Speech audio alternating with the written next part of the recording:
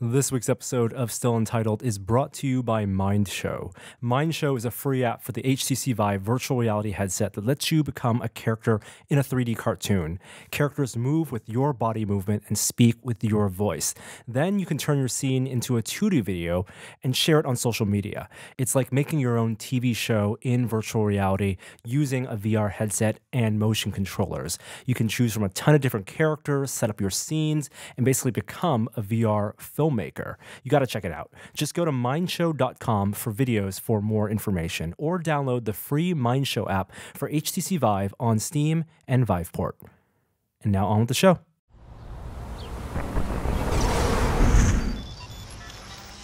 Welcome to Still Untitled, the Adam Savage Project. I'm Norm. I'm Adam. And I'm Jeremy. Welcome, Jeremy. Jeremy Williams. Greetings. Is this your third time on the podcast? Yes, it is. Oh, notches on your belt. Yep. Yes, part of your 1-day carry. How's everyone doing? I'm doing pretty good. I'm really... so it occurred to me last night to take my real horsehair barrister's wig that I bought on Etsy, which is what solicitors wear. Solicitor is a British equivalent of a lawyer. Is that correct? Sure. Yeah. Anyway, I put that on the large-scale foam cutout of myself, and I'm really digging it. Mm-hmm. Yeah. Because I don't want to put a lot of clothing on it. First of all, it's made of bead foam, so it'll collapse. Mm-hmm. Second of all, it's so weird having the cutout of myself in the shop that I don't want to cover it over because it puts me in the uncanny valley every time I pass it. Yeah, I thought it was going to be a hat stand for you.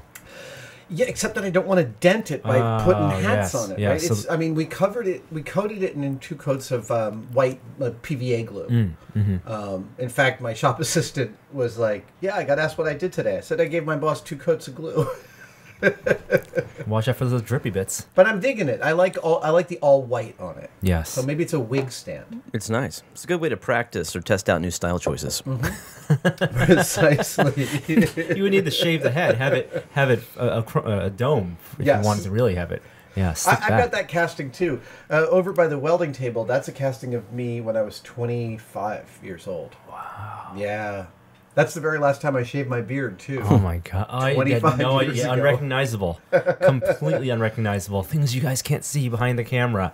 We're recording a little later this week. Apologies for that. But a bunch of stuff It's all Norm's fault. Has happened, totally, since last week. You know, last week you got to chat with JJ Abrams. Boom, yes. JJ Abrams and Andy Cruz from House Industries. I interviewed them on stage at the Norse Auditorium for City Arts and Lectures. What a lovely evening that was. Oh, and in House Industries is like, I don't know how well known they are, but you would know their work. You know their work. They do the Jimmy Kimmel logo. They do Hermes. They do Heath Ceramics. They sent me a gift, a swag package. This is how people who make products say hello. They send cardboard boxes full of stuff to each other. So Andy sent me this box full of wonderful House Industries dish towels and stuff. And it's like, I did a double take because I already own all their dish towels. I own their Heath clock. I own like half a dozen of their products. I got to attend. Thank you. I got to attend that interview, that recording session, because it's gonna be broadcast on the radio in the Bay Area at least, and syndicated, I think, nationwide. But it was so cool. I mean, they were both super gracious, and hearing them talk about process, because I guess that was the theme of it, right? Like, that was so. House Industries just released a 25-year retrospective book that's a magnificent tome, and it's called "The Process is the Inspiration." That's right. Yeah. And there are few phrases that I could sink my teeth into deeper than that one, because it's my whole life is based upon that, on that principle and that understanding. Yeah, and you know, they so eloquently said that it's what that means is just got to do the work, right? Yeah. If you do the work, you find inspiration as you do it. You don't just sit around looking and thinking about things. And it also subverts this dominant idea that a creator comes up with an idea, and that's the hard part, and then they implement it, and that's somehow just the fait accompli. And it's famously exemplified by the idea that we have in the Western culture of Michelangelo going, well, I just took away all the parts of marble that didn't look like David, and then I created. And it's like, no. We actually have a sculpture of Michelangelo's mid-process, and we can see him changing the position of the head and the position of one of the arms. It is an organic process, and the reason we as creators and makers go towards it is because we never end up where we think we're going to end up. I think that's super fascinating because I don't think most people appreciate the amount of trial and error involved in professional works, especially when they see people like JJ Abrams or yourself, that everything we see that you create is just, it's miraculous. It's perfect when it comes out. But the process is not always what people, can appreciate. Not only that, but the process is just so much more complicated and so much more winding. When we talk about failure with kids, we need to teach kids to fail safely. We mean exactly that. We mean you're not going to end up where you think you are, and that's actually the point. And I know from all my friends that have worked with JJ on the Star Wars films, he is always up for a better solution. He's always interested in a different way of doing something. He is, when he knows how to do it, he moves forward with all of his confidence, and if he's not sure, he's taking opinions and he's making the best call that he can. And he's, as he said on stage, every day he shows up on set and he's like, this one's going to be easy. He totally whack. Right. And like, we're in the business of documenting process. That's what we do with One Day Builds. And as we've learned, unless it's being documented, even when it's being documented, there's still 50% you don't see on camera. And so also, part of what you do is process archaeology. Yeah. When you have conversations with the pieces that you're researching, when for painting, Renaissance paintings, when they X-ray into behind the paintings, that is the most interesting part. Yeah, there's the painting on top, there's a surface layer, there's the finished work, but what goes into it is so much more interesting. Absolutely. And we'd be well served. Like it falls into the same category to me of thinking of science as an uncreative endeavor. And as we know, every scientist I know loves their job because of how deeply creative it is. I will use this opportunity to say that analyzing process and our own processes is the theme of our live show this year. Yes. Nice segue. We have a show in San Francisco, October 28th. It's called Tested Deconstructed, and it's going to be Adam, Simone, Tested team, some of our friends in the maker community talking about their processes. So it's going to be unearthing and peeling back the layers of their work. So I can't wait. I'm really psyched about that. You can go on the site to find more information. But the interview that you did was, I think, the first interview with JJ Abrams, at least with him being post the announcement that he is directing Star Wars Episode 9. Yes. And I know that wasn't the point of the interview, but for you as an interviewer, I'm sure you're holding back and you wanted to ask him questions about it. No, actually, so understand that he signed that contract or whatever that deal got made a few days before we sat down. That means there's nothing to talk about. There's no reveal he's going to make. Yeah. And so we sat down at dinner before the interview, and I said, you want to bring it up, or shall we let the audience bring it up? And he's like, let's let the audience bring it up. And I totally agree with that. That's the organic way to let that happen. Go ahead. I beg to differ about that. There's no story there. There is the myth of when he began the whole Star Wars Episode 7 thing, that he had to be persuaded to direct that film. He didn't want to. He didn't feel like he was of that caliber. He didn't want to touch the story that was a part of his childhood. And then he was finally convinced to, and he did it. But he only agreed to one film. So why it back? Twice in a lifetime chance. Right. Look, I have an interesting theory about why he said one and done. Because I think that as a franchise rebooter, which JJ is par excellence. That first Star Trek is amazing. I think the second Star Trek film that he directed has issues. And I think that when he looked at that, I have this feeling in my head. We haven't spoken about it, but I have this feeling in my head that he was like, there's not a lot of percentage in directing the second one. Because if the first one's good, everyone's going to be holding that up against your second one. And it's a shit sandwich. There's nothing, you can't get anything out of that. Let someone else have it, which makes all the sense in the world. And I know Rian Johnson a little bit, and he's really ecstatic about Episode 8. Yeah, and even the original trilogy, they were all directed by 3 different people. Yes. And, I think George Lucas had to learn the hard way when he came back and did the original trilogy, or the prequels, that maybe to let it go. And he did let it go eventually. But yeah, the audience member did bring up the question. I thought very very gracefully too, in asking about lessons learned. What lessons would you take from 7 and 9? So don't get me wrong. There's part of me that actually, I absolutely would love to know the inner machinations. I just read about the fact that Lucasfilm and Disney had to pay Paramount a large sum to get JJ out of his $10 million a year contract with Paramount to do Star Wars. Look, those are machinations and deal points on a scale that I will never go near, and I'm fascinated by them. But I don't pretend that anyone's ever going to tell me how that stuff goes. So I just leave it. Yeah. I am just as interested as you in the actual facts, but I don't expect I'll ever know them. We had some other Star Wars related activities in the office around our shop this past week. One, we'll talk about the Lego Millennium Falcon because we haven't talked about this yet. Last week, we got some insulting tweets about that. I don't know why was that the case. So we were hooked up with a fan of the site. Tommy Williamson, who runs the website bricknerd.com, and the Lego community, they're ravenous. They're obsessed. They're in the best way possible. And this guy Tommy came up to our office, to our shop, and he had one of the dozen only Millennium Falcon UCS. This is the Lego set with 7,500 pieces, $800. People can buy it in the States at the end of the month. He got a review unit, and we helped him build it. And it was like a 2-day.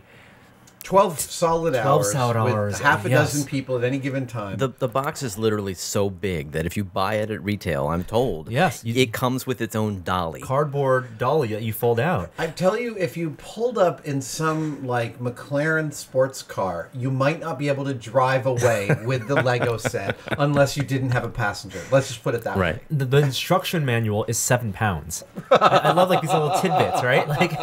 But it was such an enjoyable build. Both because of the finished model is beautiful and it's being the biggest, the most pieces for any official Lego set, but also the collaboration that we got to, we had a dozen people total working on it. Super fun. Super fun. You felt it important to say that we had at least briefly a world's record for a speed build. I think that you saying that might have been what engendered some of the nasty tweets about the fact that it took us a total of 12 hours to do. And that it was too long? Yeah. Well, we took our time. We were having conversation as well. We were, but you didn't give that as a qualifier. I'm just saying that, Twitter and social media is, if nothing else, a deep weapon for the pedantic. What? No. The pithy but pedantic. The pithy pedantic. The pithy pedantic. It's a new children's book. I'm more than happy to, and other people who have since bought the set, because I think you can buy it overseas now, I enjoy watching their videos too of them building it. There's some really, really great ones out there. People are just meticulous in how they've been stop motion videos, really beautiful. It's relaxing to watch people assemble Lego. And finishing that beautiful, it was about 33 inches long. It's a large, large model. Got me to pull down my D'Agostini Falcon. I've been a subscriber to the D'Agostini Millennium Falcon. It's 100 separate steps, separate issues. You get 4 per month for 2 years, and it's $50 a month. So I guess I paid just under $1,000 for this thing, which is honestly, for a 32-inch model kit of the Millennium Falcon, which is the size of the studio scale one for Empire Strikes Back, it's a pretty damn good deal. I didn't know it was the same size. Yeah, that's exactly the size of the one from Empire. Wow. Well, they had the 5-foot model for the 5-foot model was for Star Wars, and that is, full stop, one of the most beautiful models ever built for effects. But for Empire, where they needed much more acrobatics out of the Falcon, they built a 32-inch, which they could motion control more easily. That's been a holy grail forever, and it's sitting on my bench right now, waiting to get fully repainted. And that's not to say, because viewers have to know that Will and I started our own D'Agostini almost a year and a half from now. We're gonna continue working on that. We have the boxes, but Adam, this is one of your projects that you just when you find yourself in the shop, you're just working on. Yeah, I actually built a large foam core drawer that sits up in my loft that houses it in whatever state it was in. And so I would pull it down every probably 5 or 6 months, 4 or 5 months, and knock out 20 issues of instructions. It's a beautiful kit. It's got a metal superstructure on the inside, so it's hollow. I was able to actually machine a better mount for it, so I could put it upright for painting. I'm not sure how I'm going to display it, but that mount will help me immensely. Your customizations are awesome, and yeah, we'll document this. I know, like we're on a streak of talking about projects we haven't shown on camera yet, but it's trust me, it's amazing. You found some custom parts too. There's a whole cottage industry of custom brass etched and 3D printed aftermarket parts for the D'Agostini Falcon. So speaking of process, how do those makers make these parts? Do they wait for the parts to arrive in the mail and then? Sometimes they do and sometimes they don't. Fascinatingly, there was a guy selling, what do you call the vents? There's 6 vents on the that rear. are on the rear of the exhaust, Falcon. yeah. There was a guy selling aftermarket 3D printed and acid etched kits for those vents long before they showed up in the D'Agostini kits, because they showed up in like issue 96 or something. Mm-hmm. So before anyone had seen them, there was a kit, and the kit is crisper and tighter and much more beautiful than what came with them. And the right size. They know the Exactly scale, the right right? size, They are selling this for a scale. It's the same with like the Bandai kits, 1/44th or 1/72. Like people are selling photo etch things because you get a lot of transparency and translucency and depth from these custom parts. And you can go as deep as you want. There are kits for all the interiors, all the floors, all the lighting, which actually isn't in the interior sets of the. That's the other part of the D'Agostini Falcon is you can pull panels off and see the interior with the Dejarik table, the gun pods on top and bottom, the hallway to the cockpit. It's all there. That's really amazing. Oh, that's so gorgeous. And I don't know how much detail I'm going to get into with those. I'm keeping the Falcon so that I can still take it apart, even though I'm going to do a full repaint on it. And I've got some wonderful reference that I've gathered over the years from exhibits and from online and from friends and stuff like that. My favorite part is the cockpit, because we made a much smaller version of the Bandai. Yeah, the 1/144. Yeah, exactly. And that just has a bunch of fiber optic lights that are drilled into the back of the cockpit. And it's nice. And I love that. But now I see yours, and it's all the instruments are there. Full decals that are all backlit. Yeah. It looks great. It's really sweet. Yeah. Are you inspired to? Oh yeah, no. We got to inventory our boxes since we moved into our new office last year. But I believe we have all the boxes, and I've been trying to. Watching you build it over the past couple months, you've learned lessons to make our build more efficient. I can totally make your build much more efficient. Here would be my first recommendation, and I came to this late. Is the first half of the issues, like the first 50 or so, there's 100 issues total, are a lot of the frame and superstructure. And only after you get a bunch of that done do you start putting on the finer detailing. And it's hilarious because I'm noticing D'Agostini injection molded parts that are replicas of model kit parts that I'm familiar with that go on the outside of the Falcon. Like, oh, this is a Tamiya flak rearling, Universal Greebly. Oh, here's a spool from a Panzer tank, and here's some tank treads that they had to remodel. So, but for their.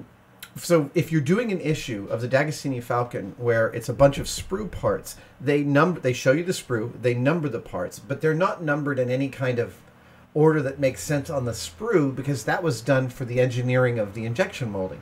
So my recommendation is for every issue in which you're assembling parts off of sprues, cut them all out in order and lay them out on a piece of paper. So now you're doing step 1, step 2, step 3, instead of having to pick up the sprue every time, figuring out which was number 16, clipping that, sanding it, and then putting it on. I did all the clipping and sanding prior in order. It's just like knolling Lego. It is like knolling Lego. The pieces, yeah. You can line up your full stack of 100 issues.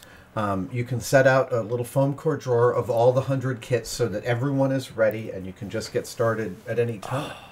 That is satisfying too. The sorting and yes, the organization. Because I know they ship it 1 month at a time, but having it all there, having it all laid before you. Now that they've shipped all 100 issues, every now and then on the RPF, someone will be selling the full ride. Yeah. And I'm always a little bit late, but part of me wants to get another one. What? I think they will sell you on their website the full. They will. One, like then you get a big package with all the Do you get a break on that? Is it like $650 instead of $1,000? I don't think so. Yeah, you have to check. But like their website has pretty good models. I did some research because I'm also on a Star Trek Enterprise model kick, and I have some Bandai ones, and Jim and you and I built some Bandai ones. But D'Agostini had one that they prototyped and they had to video ad for, and then it failed, like because not enough orders. So they went through like 8 issues, and this is an Enterprise D with a cutaway, so you can see all the decks and all the levels. Oh, it stopped mid shipment. Yeah. Oh my gosh. Yeah. So for the Falcon, luckily they knew they had enough interest to get all the way down, but. Yeah. I'm having an interesting mental conundrum because I have some extremely detailed shots of the Falcon that this is a replica of, and the paint job is not amazing when you get really close up to it. Of the D'Agostini? No, the D'Agostini paint job is total shit. You like bring your own paint. Let's just be clear. Right. Like, I don't mean it's total shit. I don't mean to crap on D'Agostini. They've done an amazing model. They've given me like a childhood dream, and it's a fine paint job. It's just nowhere near the level of beaten up and dirty and grungy that the real Falcon is. There's rust all over the real one. But when you zoom in and you're looking at it like this, the paint job is a little bit crunchy. And I'm going back and forth with myself whether I'm going to let it be that crunchy or whether I'm going to go for a finer grain of detail while hitting all the color points, right? Like, if you look at the real Falcon close up, the studio scale 32, you'll see rust spots that are like, you can actually see the brush marks of like, someone doing this. And water stains from adding a little detail to some of the high points and things like that. There are some details along the side that I can clearly see someone with an airbrush just going like this with a darker gray. I'm not sure that I'll be able to do that crunchy level of detail intentionally. I think I may go with a finer grain. Yeah, well, it's. Do you want to build a replica of the screen used model that was not intended to be analyzed that closely, or do you want to build your own Falcon? And this is always a really important question to answer when you're into replicas like I am. I imagine. Because I look at the paint job that exists on it, and I'm like, wow, I feel like I could knock that out in like a couple of long days. Yeah. But if to really go in and use some oil paints and some washes to bring out the detail, that's like days and days and days, if not weeks, of really refined going through and layering in that detail. To change gears for just a little bit, I actually remember. I didn't give you a natural segue. Sorry. No, it's okay. And talk about crunchiness and lived in worlds. Another thing that came on the past week that I think we were remiss not to talk about is you revealed that you had a cameo in a short film promoting Blade Runner 2049. I did, yes. I spent a week on set in Budapest. Yes. Alcon, the company that owns has the rights to Blade Runner and funded this film. It's run by a wonderful group of people that I've been working with over the past year to raise the volume on Blade Runner. They knew how much I loved it. They sent me to the set. We have some videos that'll show up on Tested. Yes, we can say that the videos, we can't say what's in the videos. Some of the stuff's come out after the movie's release, but we did. I wasn't there, but you and Joey got to visit. And well, so here's the thing: is they said, "What do you want to cover?" I said, "Well, I want to cover the artisans. I want to talk to the craftspeople making this film. I want to talk to the scenic painters and the stunt people. And it's best if you can really immerse me in this." And they said, "Well, what do you mean?" And I said, "Well, I heard you guys have like the biggest water tank in Budapest." Yes, they built a 1 million-gallon water tank for key sequences of this movie. And by the way, I still have no idea what the plot of Blade Runner is. Like none of that was revealed to me, even on set. But they had this 1 million-gallon water tank, and I was like, "So you can dump large amounts of water? So put me in a wetsuit and let's dump some water on me." And they were like, "Okay." So they did. Then, unbeknownst to me, they said, "Tomorrow you're going to put on makeup and we're going to put you in a scene behind Dave Bautista." And I'm in this shot where Dave Bautista is selling nematode worms to this guy named the Sultan, and I'm behind him also trying to sell stuff to the Sultan and a bunch of extras. There's this very sweet moment after about 45 minutes. I'm standing behind the man mountain that is Dave Bautista, and he turns to me and he goes, "You look familiar. Are you a writer or something?" Which I don't know what that code means, right? Like, you're clearly not handsome enough to be an actor, but maybe you're a writer. You have a face for writing. And I said, "No, Dave, I used to host Mythbusters." And he smiled. He did this deep, sort of sweet, like, smile. And then he reached out this bunch of bananas that he calls a hand and shook my hand and said, my wife is a huge geek and we love your show. We watched it a ton and I'm a huge fan. And I got to say, I spent 2 days with Batista, and a nicer human I have rarely come across. Like a big, gentle, amazing guy who is also a phenomenal actor. Like, really, really listens and works hard and is like, he's fantastic. It was a delight to get to know him on that set. That's awesome. And you can watch, that's a short that I think Luke Scott directed. Ridley Scott's son. Yeah, it just kind of establishes the world. This one's called like 2048, I think. Is it Nowhere to Run? Is this a new one? Yeah, so they're doing a couple of these short films They did leading three up. of them, and we haven't seen the third one. Got yet. it. So the first one was with Jared Leto. The second one is with Dave Bautista, and I don't know what the third one entails. Luke Scott directed the first two. I'm not sure if he directed the third. I don't know either. Yeah. Luke Scott has an interesting lineage to my prop collecting. If you remember the movie Alien, where the three astronauts, Lambert, Kane, and Dallas, reach the space jockey. They climb in the derelict spaceship on the surface of LV-246, and they see the space jockey. And there's this wide shot where the astronauts are dwarfed by the space jockey. One of the reasons that they're dwarfed is because Ridley Scott had three-quarter size spacesuits built that were smaller than the full-size spacesuits, and he put 3 children in them. And 2 of those children were Charlie Borman, John Borman's son, John Borman, the director of Excalibur, and Luke Scott, Ridley Scott's son. And there are shots of these 2 boys on set in the spacesuits looking so happy. And so when I met Luke Scott, I was like, do I have a picture of you wearing an alien suit on the set? And he was like, yes, that was me. Oh, that's so great. He says, I still have that suit. Wow. He still owns that suit, and it actually turns out that he had parts of that suit restored, and it was the restoration was done by some friends of mine. Oh, that's so awesome. We'd also be remiss, speaking of Alien, not to acknowledge Harry Dean Stanton, who passed this week. An amazing character actor who, like, you know, he's one of those people like Don Cheadle. Like, you put him in your movie, and your movie's going to be better. Yeah. Harry Dean Stanton. What is the last movie he did? The Avengers. The Avengers, where he's there as the Hulk wakes up. Right. Yeah. I he must have done some projects afterward, but I mean, you recognize him from so many films. From everything. Yes. And he starred in the movie Paris, Texas by Wim Wenders. A wonderful film with Natasha Kinski. A fantastic actor who had an incredible long run in Hollywood. Much better than I think sometimes he was given credit for. Yeah. You guys watch any movies lately? Catch up anything? I did. I watched Baby Driver last night. Oh. I can't wait to watch this film. I have no excuse not to have seen it yet. Okay. But everything I've heard has been that it's fantastic. It's about like one of the best soundtracks you've seen in a movie. Phenomenal. And I love music. An amazing cast. Everyone in it is incredible. Like, really, it's like every time you turn around, you're like, whoa, it's Jamie Foxx. Whoa, it's John Hamm. Holy shit. Kevin Spacey is phenomenal. Yeah. It's terrific. It's really, really good.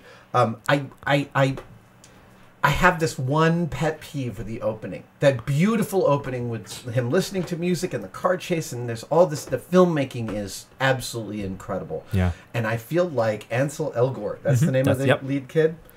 He's fantastic in the second half of the movie. Like, as an actor, I think he's really terrific and delivers that role and is excellent. In the very beginning of the movie, he's asked it's almost a little like a music video. There's a little bit of that aspect to it. The film gets into this very almost mannerist territory. And it's like a musical almost. It's like a musical a bit. And it feels to me like the requirement of his character is to have an impossible level of charisma about him. And when I say charisma, I'm thinking Brad Pitt in Fight Club, and I'm thinking Heath Ledger in Knight's Tale. Right? Presence on screen. Presence on screen, and you just love this person. You need to be near them. They draw you towards them. And he doesn't quite sell that to me in the opening 2 bits. But that is the most minor thing. It is a super fun movie that had me like putting knuckle marks into my couch because I was so. Plus, I will also say this: the driving is maybe some of the best driving I have ever seen in a movie. Incredible. Ever. And it feels. I'm not spoiling anything. I hope not. It feels to me watching it like it feels when you're doing that kind of tactical driving. I'm not saying I'm as good as that character. You mean the filming, the way they filmed it, the way, yeah.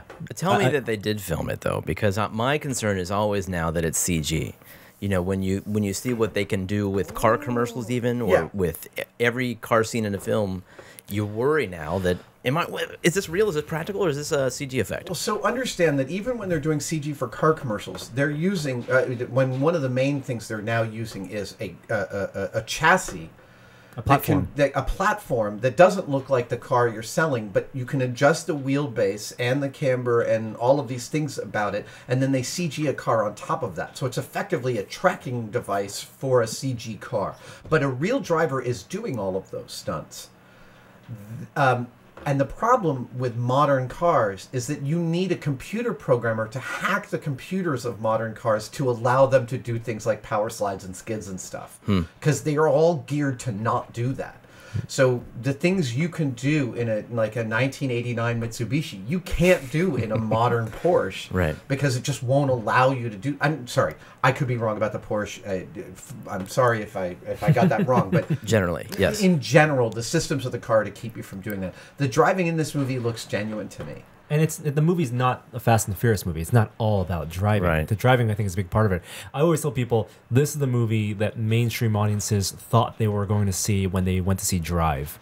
Oh, and then they got the art film, which is great. Right. But this is that movie that fulfilled. It's really good. I enjoyed the absolute shit out of it, and I highly, highly recommend it. I went the other direction. My 10-year-old had a sleepover the other night, and they wanted something funny.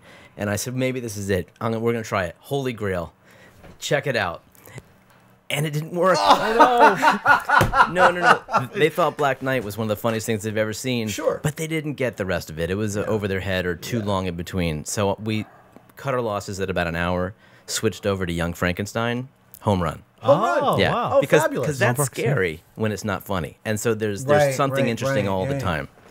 You know, it's funny. My kids are big fans of Wes Anderson, so I showed them Rushmore, and they're like, "We don't get this movie at all." That's my favorite Wes Anderson It's my favorite film. Wes Anderson movie too. Oh well. But they get the jokes are slower in that movie. Right, exactly. And the mood is weirder, and it's harder. Like that's one of the things that makes it so great. It's not leading you by the hand as much as many of his later films do. It's more angsty. It is more angsty. Yeah. So yeah, both my kids were like, don't get it. Yeah, there's a new mechanical trailer for his new film. I saw that this morning. I have not watched it. Yeah. What else is there? Oh, okay. I would be. Is this going up today or tomorrow? Today, yes. I would be remiss if I didn't say that I feel it is very strong. It's important that you call your congressperson today to tell them how you feel about the repeal of the AHCA, the American Health Care Act.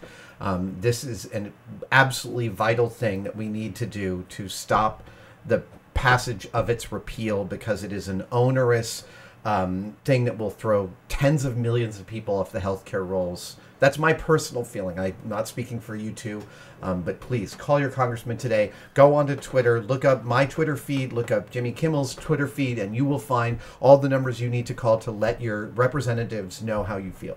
And yeah, watch the Jimmy Kimmel videos, because he's impassioned about this. And yeah, I know he's a comedian and he's like a late night talk show host, but he is informed. Actually, all of his statements have been fact checked and found to be almost entirely true, almost entirely accurate in terms of his assessment of what this bill means and what it will do for people. And by the way, they're trying to pass this, and the CBO, the Congressional Budget Office, has yet to give it a score.